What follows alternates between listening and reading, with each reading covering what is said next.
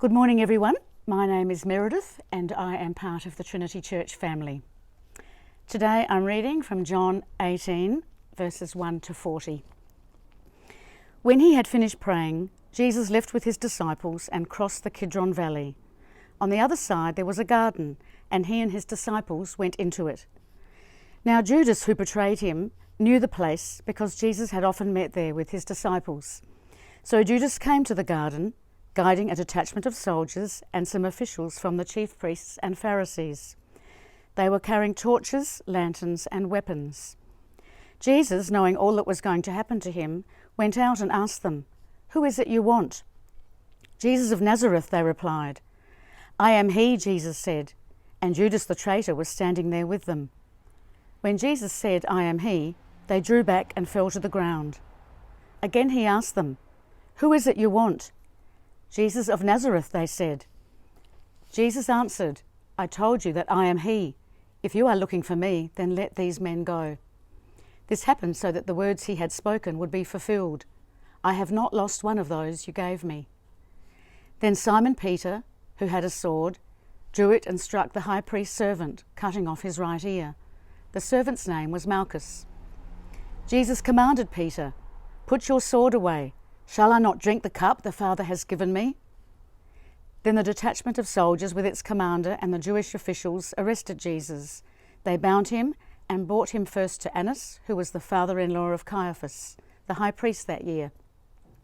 Caiaphas was the one who had advised the Jewish leaders that it would be good if one man died for the people. Simon Peter and another disciple were following Jesus. Because this disciple was known to the high priest, he went with Jesus into the high priest's courtyard. But Peter had to wait outside at the door. The other disciple, who was known to the high priest, came back, spoke to the servant girl on duty there, and brought Peter in. "You aren't one of the man's disciples too, are you?" she asked Peter. He replied, "I am not." It was cold, and the servants and officials stood around a fire they had made to keep warm. Peter also was standing with them, warming himself. Meanwhile, the high priest questioned Jesus about his disciples and his teaching. "I have spoken openly to the world," Jesus replied. "I always taught in synagogues or at the temple, where all the Jews come together. I said nothing in secret. Why question me? Ask those who heard me. Surely they know what I said." When Jesus said this, one of the officials nearby slapped him in the face. "Is this the way you answer the high priest?" he demanded. "If I said something wrong," Jesus replied, "testify as to what is wrong. But if I spoke the truth, why did you strike me?" Then Annas sent him bound to Caiaphas the high priest. Meanwhile, Simon Peter was still standing there warming himself. So they asked him, "You aren't one of his disciples too, are you?" He denied it, saying, "I am not." One of the high priest's servants, a relative of the man whose ear Peter had cut off, challenged him. "Didn't I see you with him in the garden?" Again Peter denied it, and at that moment a rooster began to crow. Then the Jewish leaders took Jesus from Caiaphas to the palace of the Roman governor. By now it was early morning, and to avoid ceremonial uncleanness, they did not enter the palace, because they wanted to be able to eat the Passover. So Pilate came out to them and asked, "What charges are you bringing against this man?" "If he were not a criminal," they replied, "we would have not handed him over to you." Pilate said, "Take him yourselves and judge him by your own law." "But we have no right to execute anyone," they objected. This took place to fulfill what Jesus had said about the kind of death he was going to die. Pilate then went back inside the palace, summoned Jesus and asked him, "Are you the king of the Jews?" "Is that your own idea?" Jesus asked, "or did others talk to you about me?" "Am I a Jew?" Pilate replied. "Your own people and chief priests handed you over to me. What is it you have done?" Jesus said, "My kingdom is not of this world. If it were, my servants would fight to prevent my arrest by the Jewish leaders. But now my kingdom is from another place." "You are a king then," said Pilate. Jesus answered, "You say that I am a king. In fact, the reason I was born and came into the world is to testify to the truth. Everyone on the side of truth listens to me." "What is truth?" retorted Pilate. With this he went out again to the Jews gathered there and said, "I find no basis for a charge against him. But it is your custom for me to release to you one prisoner at the time of the Passover. Do you want me to release the King of the Jews?" They shouted back, "No, not him. Give us Barabbas." Now Barabbas had taken part in an uprising. Good morning, everyone. I remember a few years ago, I was with a friend in his beat up old VW Beetle, and we were driving up this really steep hill up to a lookout. And as we were going up this hill, the Beetle started to get slower and slower, and my friend started to get more and more concerned until finally the Beetle came to a complete stop, with him putting the pedal completely to the floor and the Beetle just refusing to go forward. I looked over at him and he explained what was going on, and suddenly we both were extremely worried until at that point the Beetle started to go backwards down this steep hill and gain more and more speed as his brakes couldn't hold us, and he gave up trying to stop us and just looked over his shoulder and tried to steer us down this incredibly steep hill at a much too fast pace until we hit the gravel. He spun around and we came to a stop with great relief.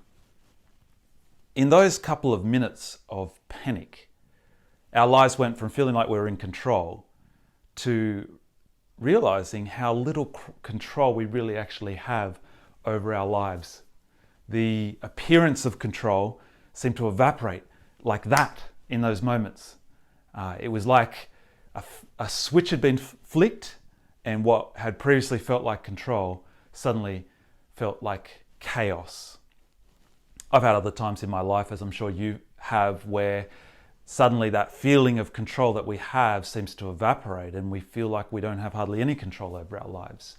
I remember one time when that feeling of control evaporated, not just for minutes, but for weeks. It was when my fourth child, Evie, was born at 28 weeks, 12 weeks preemie. Kathy was in hospital. I wasn't with her. I got a text on my phone saying, "Don't panic, but I'm about to deliver. Get here when you can." And so what did I do? I panicked, of course. I drove there as quick as I could, probably a bit too quickly. I came running into the hospital. That feeling of control that I usually feel over my life had evaporated like that. And for the next few weeks, life felt chaotic, completely out of control. I wonder how you feel at the moment. If you feel anything like me, then perhaps you feel like the control that you once had over your life has just evaporated like that. And we're looking at not just minutes, not just weeks, but months without control, or what feels like a lack of control.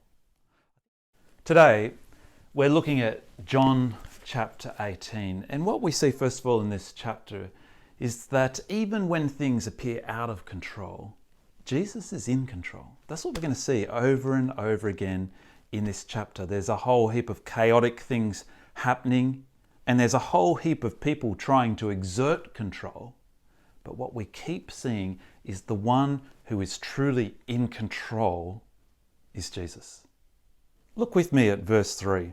So Judas came to the garden, guiding a detachment of soldiers and some officials from the chief priests and the Pharisees. They were carrying torches, lanterns, and weapons. Who looks like they're in control here? Who's got the light on a dark night? Who's got the weapons? Who's got the men? Well, it looks like these people sent out to arrest Jesus are in control. But have a look what happens. Look at verse 4. Jesus, knowing all that was going to happen to him, went out and asked them, "Who is it you want?" Jesus doesn't hide in the garden, hide behind the trees, and they're really not expecting this. They're not expecting that this person who's come out to meet them is going to be the very person they're seeking. And so verse 5, they say that they're seeking Jesus of Nazareth, and Jesus says, "I am he." Now it's interesting because in the Greek here, he literally says, "I am," which can mean I am he, but it's also the way God talks about himself, the name he gives himself. And it's a little bit ambiguous, and deliberately so. But when Jesus says, I am, or I am he, look what happens. Verse 6. When Jesus said, I am he, they drew back and fell to the ground. They're so surprised to see Jesus there calmly walking out, in control, that they fall back, and perhaps because they're so cluttered together, they hit the ground, they fall to the ground. Whatever the case, they end up flat on the ground, and Jesus ends up in control of the situation, calmly standing there, offering himself to them. It's like they're an escort, come to escort this important person, rather than a mob come to arrest him illegally. Jesus knows what is about to happen to him, and yet even in the face of his imminent death, just hours away, Jesus is in control. And this mob sent by the chief priests and the Sadducees, who look like they're in control, who've come to exert their control, well, really they're not. They find Jesus calm, collected, and in control, complete control of the situation. Look in verse 8 at what Jesus does with his control. He says to them, I told you that I am he. If you are looking for me, then let these men go. And we see why he said this in verse 9. This happened so that the words he had spoken would be fulfilled. I have not lost one of those you gave me. Jesus uses his control to save his people. Here in the garden, he lets his disciples go. He gives himself up. And it's a taste of what's about to happen in just a few hours. Jesus giving his life up at the cross to save the lives of his people. But look at verse 10, because Simon Peter, who's there, he's not happy with how Jesus is taking control of this situation. And so he tries to take control. He has a sword, and so he draws it, and he strikes off the high priest's servant's ear. He wants to take the initiative. He wants to force control, but in the end, all he does is add to the chaos. Remember, Peter thought that he'd die for Jesus, and here we see he's willing to die for Jesus, but as long as it's on his terms, as long as he's in control. What he's not prepared to do is to follow Jesus' lead here. Jesus, at this point, he outright commands Peter, look at verse 11, put your sword away. Shall I not drink the cup the Father has given me? Most of us spend so much of our lives trying not to drink the cup the Father has given us. We struggle to accept our circumstances, to be content, to accept who we are, to face the struggles and the burdens that come our way. But Jesus, when he faces taking up the ultimate cup, taking up the cup of fallen humanity, to own for our sake the failure of this world, the corruption of this world, the sickness and the sin of this world, when he faces taking up our cup and drinking it down to its bitter dregs, well, he's willing. He does it. Jesus, fully in control, he takes up our cup, the cup that the Father has given him, and he drinks it on behalf of humanity. Now, how's Peter feeling at this point? I mean, he's done what he could do. He's jumped in. He's a man of action. And Jesus has knocked him back, told him, put away that sword. And what we see is he's reeling, he's staggering, he's confused, but he's not down for the count. He's still in there. He's determined he's going to be there till the end, even if it kills him. So he follows Jesus at a distance, and he's so bold that he even enters the enemy's stronghold. Most of the others, they may have deserted Jesus, but not Peter. His nerve, it's quite impressive. He's determined that he's going to be there to the end, no matter what. But look at what happens in verse 17. The servant girl, she thinks she recognizes Peter. So she asks him, "You aren't one of this man's disciples too, are you?" Now, at this point, Peter sees what he's clearly got to do. He needs to deny that he knows Jesus for the sake of his bigger plan of being there.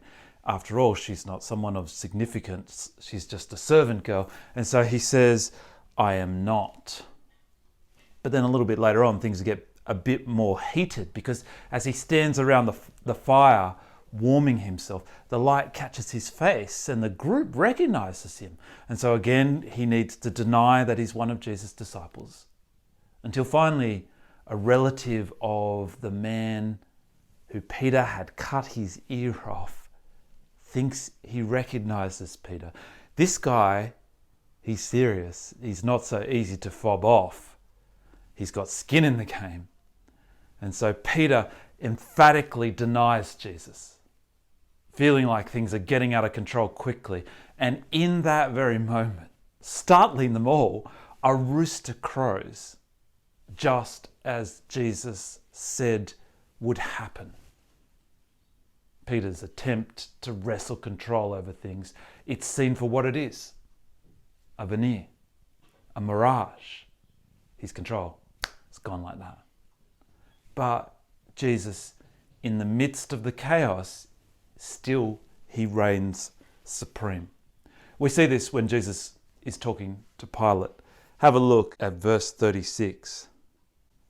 Jesus says to Pilate, "My kingdom is not of this world. If it were, my servants would fight to prevent my arrest by the Jewish leaders, but now my kingdom is from another place." Jesus is a king beyond this world, not merely of this world, not a king like other kings, or a leader like Pilate, or a leader like Caiaphas or Annas trying to assert their control. Jesus is an otherworldly king, a king beyond this world, a king with control over all things. And Pilate, he says in verse 37, "You are a king then." And Jesus answers, "You say that I am a king. In fact, the reason I was born and came into the world is to testify to the truth. Everyone on the side of truth listens to me." Everyone on the side of truth listens to Jesus. See, the truth is, Jesus really is the king. He really is the one in control. All these other leaders are struggling to assert control, but they're failing. Annas and Caiaphas are wrestling for control. Even Pilate here is wrestling for control, but he can't even get what he wants. Annas and Caiaphas, they want Jesus killed, but they don't have control over that. They have to go to Pilate. Peter, even he who loves Jesus, he's trying to wrestle control himself.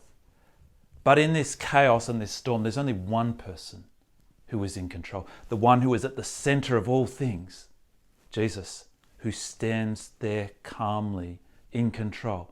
The truth is, Jesus is the king beyond this world, the king over all things, and he reigns supreme over all.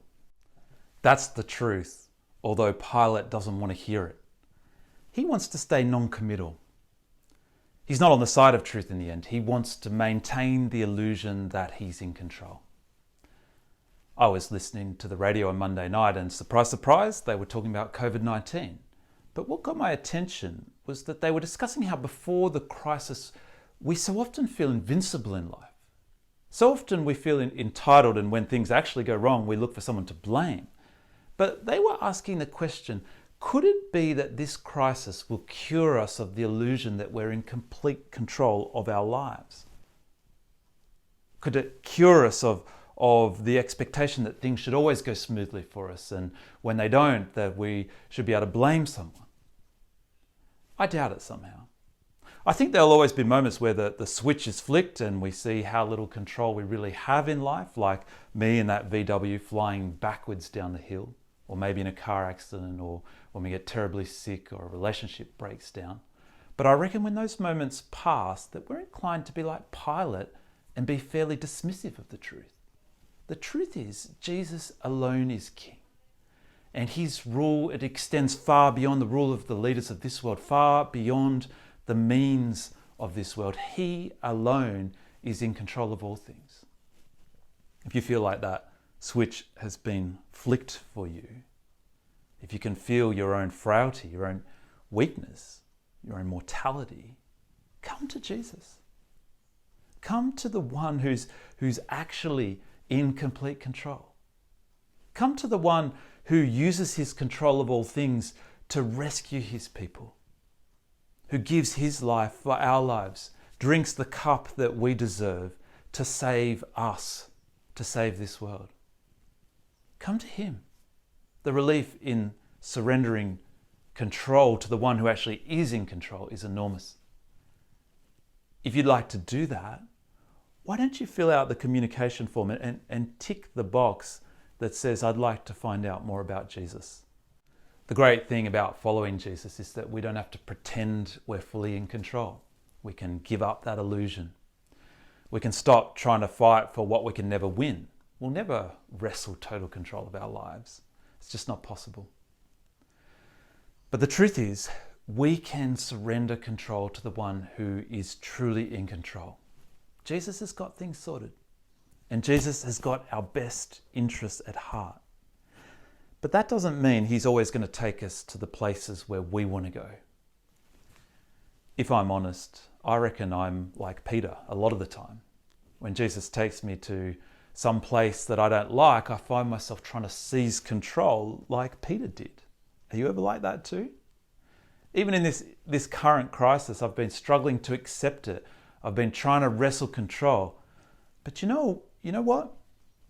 Jesus, he may well lead us to dark places sometimes, through dark times. And we might not like Jesus' approach. We might feel like where Jesus is taking us is chaotic, like when we face unemployment or a relationship breakdown or sickness, even the loss of a loved one, even death. But the truth is, when Jesus is our King, none of these things have control over us. None of them have control over our future, our eternal destiny. Jesus has control, and Jesus can bring us through them safely to his side. Peter, he didn't like Jesus surrendering to the cross, but through it, Jesus brought about the salvation of the world. We want control over all things, but Jesus alone reigns supreme. So can I ask you how you're going at surrendering control to Jesus right now?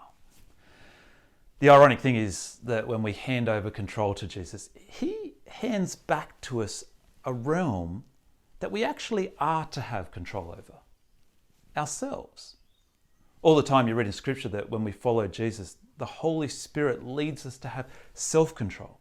The Holy Spirit leads us to bring our minds and thoughts into line with Jesus our King, and to bring our actions into line with him, and eventually even to bring our emotions into line with him, although they seem to resist the most. A crisis can feel like a good time to throw away self-control. It can feel like a good time to be self-indulgent, self-seeking, moody, angry, and sinful. But actually, when we surrender ourselves to the one who's fully in control, we can lift our eyes from ourselves to Jesus, and we can accept how things are, knowing that he's in control. And we can get on living with him and being in control of ourselves as we line up our minds and our thoughts and our hearts and our actions with him, our King.